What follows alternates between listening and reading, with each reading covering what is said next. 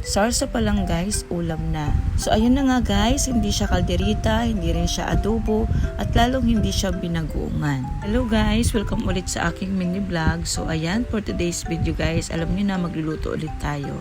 So anyway guys, ayan, ang lulutuin ko pala ay kinamatisang baboy. So tara guys, samahan nyo ako at i-prepare natin itong ating mga sangkap na nagagamitin natin dito sa ating pagluluto. So ayan na nga guys, kung makikita nyo, meron akong tinalupan na bawang, meron na din akong tinalupan na sibuyas.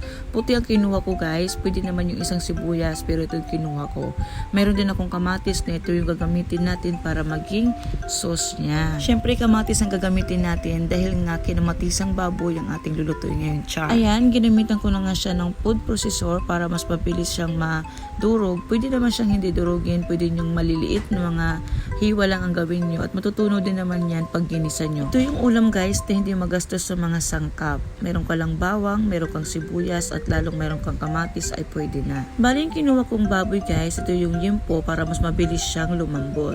Pwede naman siya yung kasim kaso nga lang matatagalan siya lalo na kung gabi ko nalulutuin. Una mong gagawin ay syempre igigisa mo yung bawang at sibuyas na ating kanina ginamitan ng food processor, ayan. And then ilalagay din natin itong baboy, igigisa natin at medyo papamantikaan natin ng konti or di kaya brownish lang natin ng konti. Pagkatapos niyan guys, ilalagay na natin itong kamatis na ating dinurog kanina. So ayan, halu-haluin mo lang yan at titimplahan mo na siya ng paminta, kunting asin, kung pwede naman ay seasoning na lang ilagay nyo para mas malasa. Naglagay na rin ako ng pork cubes, ayan. And then, pwede naman siya guys, beef cube or di kaya yung chicken cube. Basta kung ano yung available lang din sa inyo. Ayan, naglagay na rin ako ng sabaw. Tapos naglagay ako ng kunting tuyo, pang kulay lang. Syempre, hindi pwede mawala yung ating paminta at lagi na natin kasama yan tuwing nagluluto tayo.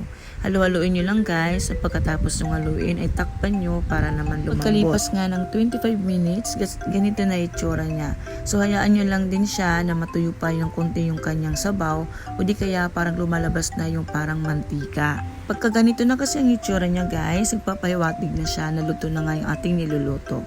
Super sarap nito guys at super dali lang niyang lutuin. Napakasimple lang niya. Walang masyadong maraming sangkap pero guys, grabe. Super sarap niya at itry nyo. So ayan lang guys, maraming salamat. Follow for more. Ayan guys, sa mga hindi pa nakaka-follow sa akin, huwag niyong kalimutan mag-follow. And then i-comment nyo na rin guys kung ano pa yung gusto nyong isunod kong gawin.